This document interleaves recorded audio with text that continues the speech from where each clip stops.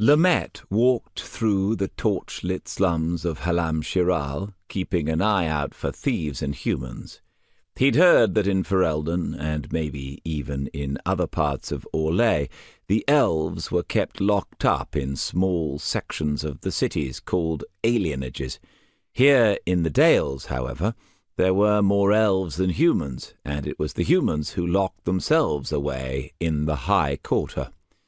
He wondered how the elves in the alienages had it.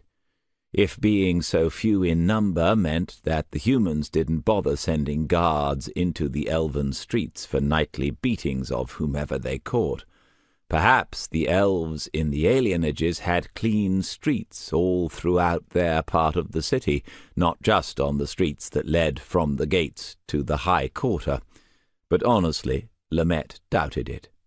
"You were a bit of a fool tonight, my friend," said Thren, who was swaying as he walked.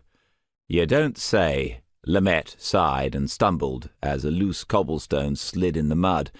They were in a neighbourhood filled mostly with elven merchants and craftsmen, and the streets hadn't been repaired in years. "You could be passing an enjoyable evening with Jeanette instead of walking home with me," Thren said, "but you had to get her angry." "Jeanette was talking too much," Lamet snapped and looked around again, going on about times centuries past, about the Dales. "It's tavern talk, Lamet. Nobody was taking her seriously." Thren grabbed Lamet's shoulder, and the two elves stared into an alley where a trio of youths watched them, hands on their daggers.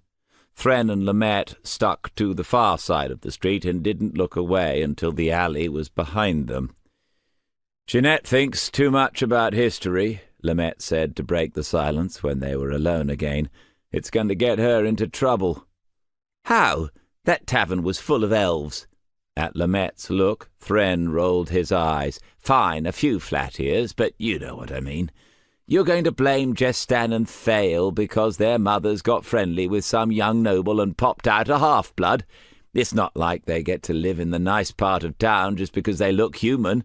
Nobody in there is going to carry tales back to the nobles about the elves talking about back when they ruled this city."